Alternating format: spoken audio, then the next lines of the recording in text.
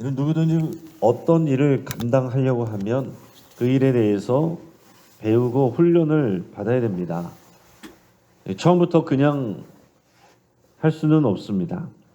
군인이 되려면 청년들은 6주 동안 기초 군사훈련을 받습니다. 또 그게 끝이 아니라 배치되고 나서도 각 부대에서 더 훈련들이 있습니다. 운동선수들도 시합에 출전하기까지는 최소 몇 년이 걸립니다. 그리고 대표 선수가 돼도 매일 또 기본적인 훈련을 항상 합니다. 또 악기를 하는 사람들도 마찬가지입니다. 악기를 하는 사람들도 매일 똑같은 그런 연습을 이제 반복을 합니다.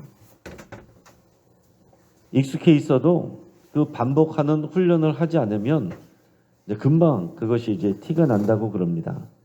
하물며 우리가 예수님의 제자로 살아가는 것은 어떻겠어요? 평생 우리는 훈련을 받으면서 살아가는 것입니다. 물론 우리가 사명을 받아서 현장에서 우리 감당하지만 그럼에도 불구하고 또한 우리가 기본적인 하나님 앞에서 훈련을 하는 겁니다. 우리는 복음서 본문을 대할 때 제자들에게 또 우리를 투영해서 봐야 됩니다. 우리가 바로 제자로 부름받은 사람들이기 때문에 그렇습니다. 예수님이 이 땅에 오셨다는 것, 이거 정말 엄청난 사건입니다. 보이지 않는 하나님이 눈에 보이는 사람의 모습으로 이 땅 가운데 인간의 역사 속에 개입하여 들어오셨다는 것, 이게 얼마나 놀라운 일입니까? 예수님이 오신 지 이제 2025년에 살고 있다고 우리는 말하고 있습니다. 자, 그런데 그런 대단한 역사인데 예수님께서 이 땅에 오셔서 공생의 사역을 3년밖에 하지 않으셨습니다. 그러시고는 부활승천하셔서 다시 하나님 우편으로 돌아서 가셨습니다. 그리고 이 땅에 남는 것은 오직 제자들이었어요. 앞에서 말씀드린 것처럼 프로운동 선수로서도 제대로 활약을 하려면 수년간을 치열하게 훈련을 받고 잘못하면 하부리그로 강등되기도 하는데 예수님의 빈자리를 메꿀 제자로 준비되려면 그 사역을 감당할 수 있는 사람이 되려면 사실 3년을 훈련받는 것 같고 되겠습니까? 얼마나 더 많은 시간을 준비하고 훈련을 받아야 되겠습니까?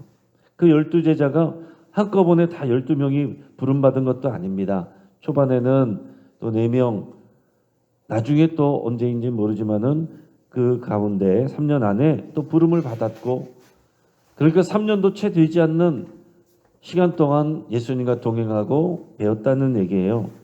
여러분, 그 정도면 예수님을 대신할 만큼의 훈련이 되겠습니까? 하지만 예수님의 제자들은 우리가 보기에 그렇게 준비되어 있지 못합니다. 그들은 예수님이 십자가 달려서 죽으신다는 내용, 또 순환받으실 거라는 내용, 또 이런 내용을 예수님과 동행하면서도 여전히 이해하지 못하고 오해했습니다. 그들은 누가 더 높은 자리에 앉을 것이냐 서로 자리 다툼하고 있었습니다. 준비되지 않아 보이는 이런 미숙한 제자들에게 정말 하나님께서 오랜 시간 동안 준비하신 그 메시아 사역, 생명 구원의 사역, 하나님 나라의 운동을 정말로 맡겨도 되는 것인가? 우리가 아는 것처럼 그 12명 중에는 한 명은 또 탈락하잖아요. 이 부족한 제자들에게 정말로 하나님의 나라 운동을 맡겨도 되는 것인가? 예수님의 사명을 맡겨도 되는 것인가? 우리가 인간적으로 생각하면 말이 안 되는 일입니다. 그런데도 예수님은 그렇게 하신다는 거죠. 다 준비되어 있지 않은 이 제자들에게 예수님의 사명을 맡기십니다. 이해하지도 못하는 그들에게 예수님께서는 계속해서 말씀하시고 그 준비된 일들을 진행을 하십니다. 자, 이것을 우리에게 적용한다면 우리에게 은혜가 되는 겁니다.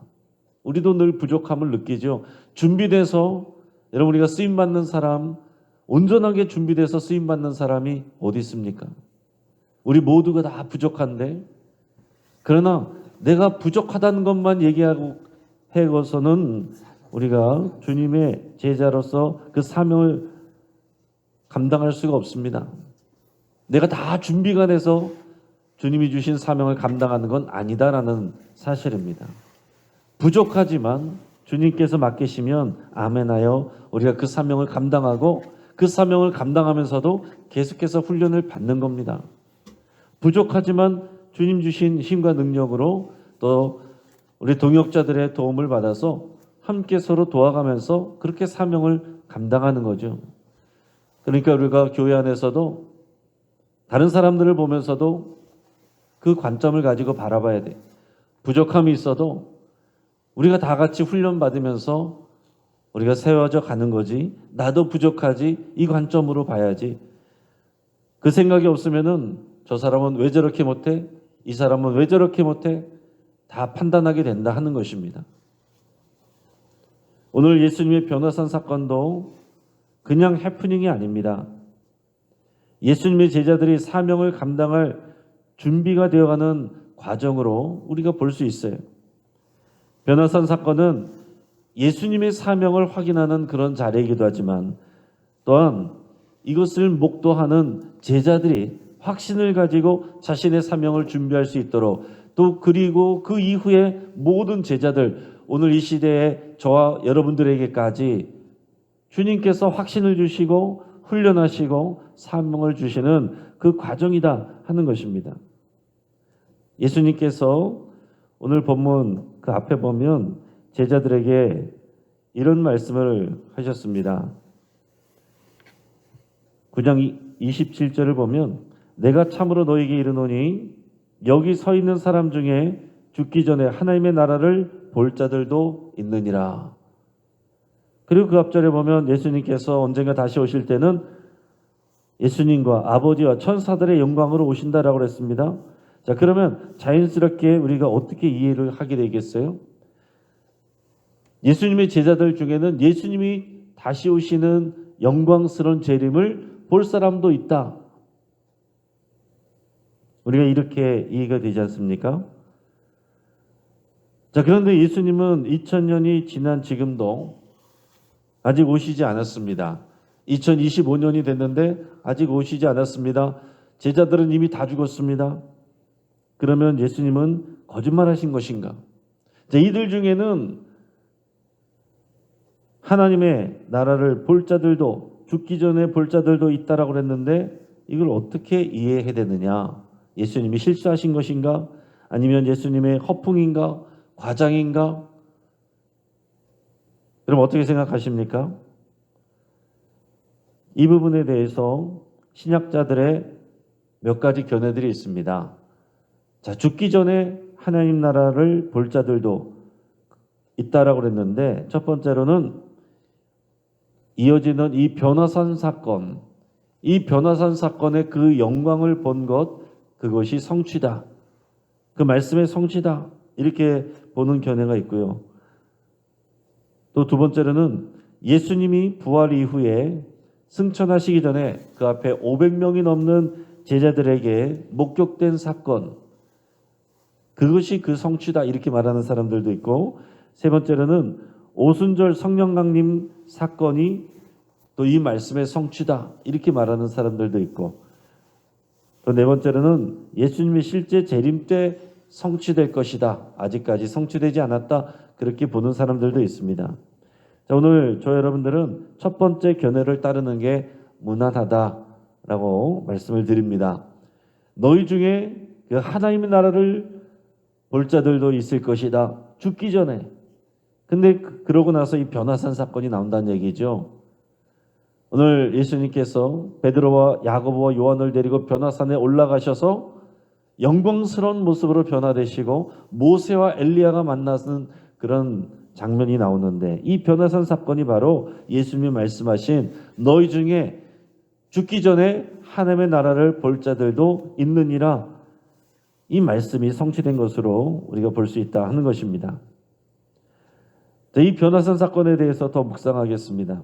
예수님은 가이사랴 빌립보 지역에서 너희는 나를 누구라고 하느냐 물어보셨습니다. 그리고 여기에 대해서 베드로가 신앙을 고백했고 예수님이 칭찬을 하셨고 이어서는 예수님이 받으실 고난과 죽음과 부활에 대해서 예고를 하셨습니다. 그리고서는 제자들에게 너희도 매일 자기를 부인하고 자기 십자가를 지고 나를 따라야 된다. 그게 제자의 삶이다. 제자도에서 말씀해 주셨어요. 여러분, 하지만 뒤에 나오는 내용들을 보면 예수님의 그 말씀을 제자들이 과연 깊이 있게 받아들였느냐? 그렇게 보이지 않습니다. 그들은 여전히 앞뒤 구분하지 못하고 제자로서의 자신들의 정체성과 사명을 온전히 확신하지 못하고 있는 것으로 보입니다. 자, 오늘 본문에 보면 이 말씀을 하신 후 8일쯤 되어 그렇게 되어 있습니다. 예수님께서 그 내용들을 말씀하시고 나서 8일이 지났다라고 그랬는데 마가복음, 마태복음에 의하면 6일이 지나고 7일째 되는 어느 날 이 변화산 사건을 경험하게 된다. 이렇게 보고하고 있습니다. 자, 예수님은 어느 날 이 베드로와 요한과 야고보만을 데리고서 기도하시기 위해서 산으로 올라가십니다. 자, 예수님은 중요한 일이 있을 때마다 언제나 기도하셨습니다.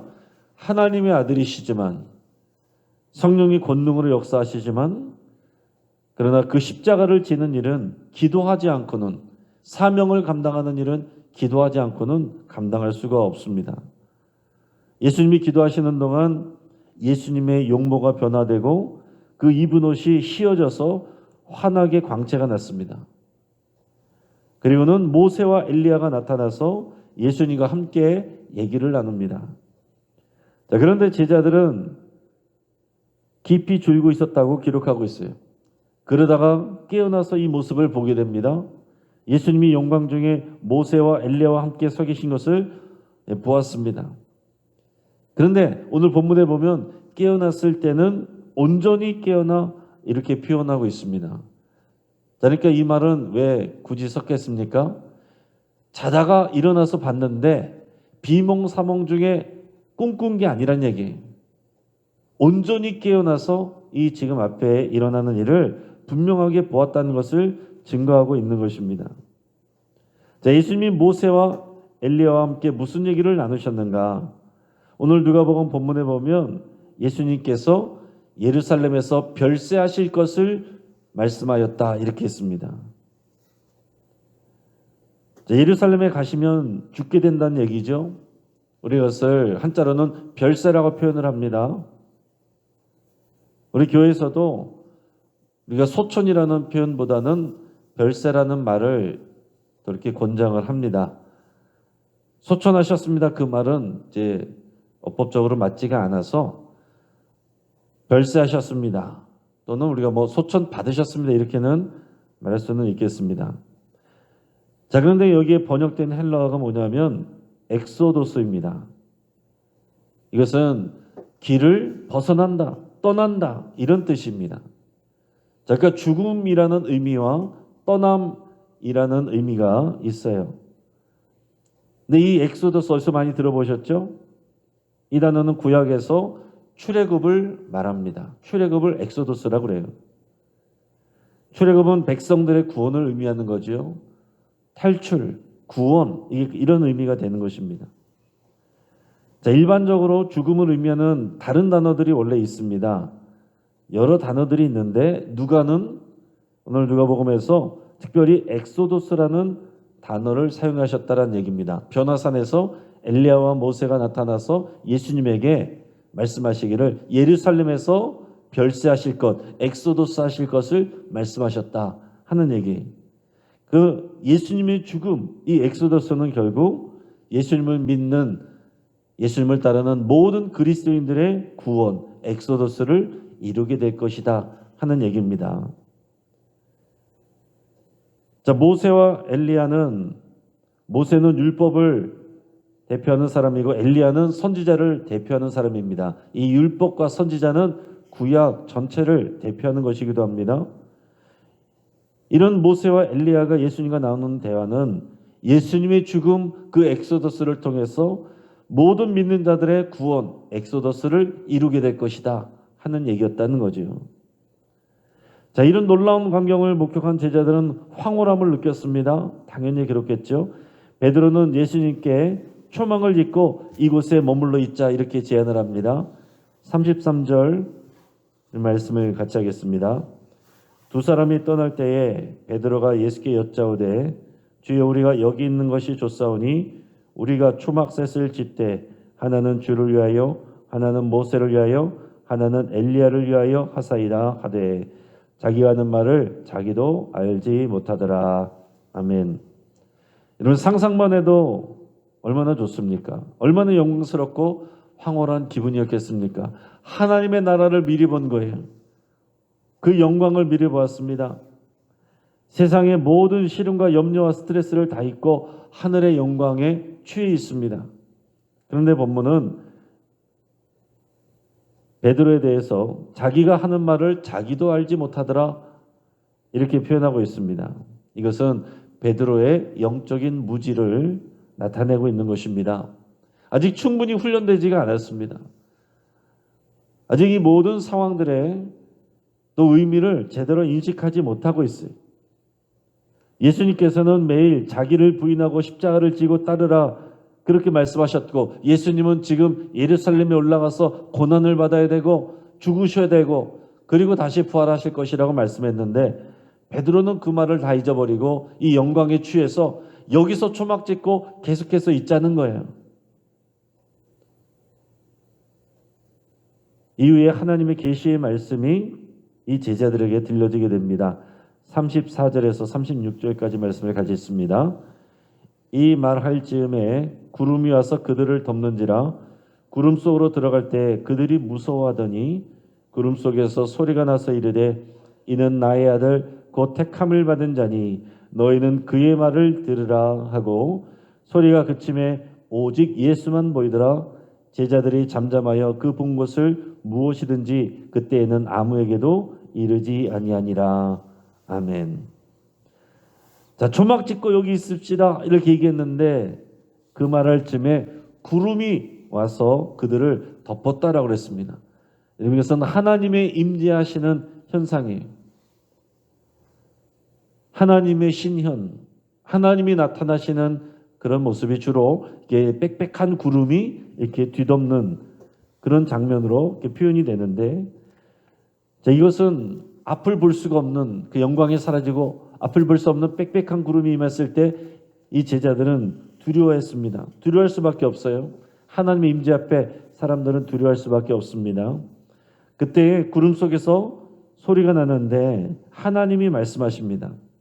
이는 나의 아들 곧 택함을 받은 자니 너희는 그의 말을 들으라. 자, 예수님께서 하나님의 아들이시고 하나님의 택한 그리스도라고 하시는 이 말씀이 성경에 보면 두 번 나옵니다. 한 번은 세례 요한에게 세례를 받을 때, 그리고 변화산에서 예수님이 두 번 하나님의 이 음성을 통하여 확증을 받습니다. 그 하나님이 확정해 주시는 이 말씀이 이 두려움 가운데 있는, 방금 전에는 하나님의 영광에 취해 있다가 하나님의 임재 앞에서 두려워하고 있는 이 제자들에게 분명하게 들렸다는 거죠.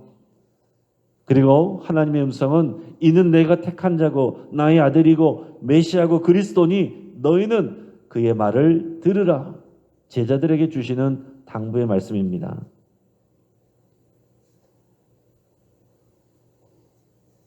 자, 이사야서 42장 1절에 보면 이런 말씀이 있습니다. 내가 붙드는 나의 종 내 마음에 기뻐하는 자 곧 내가 택한 사람을 보라.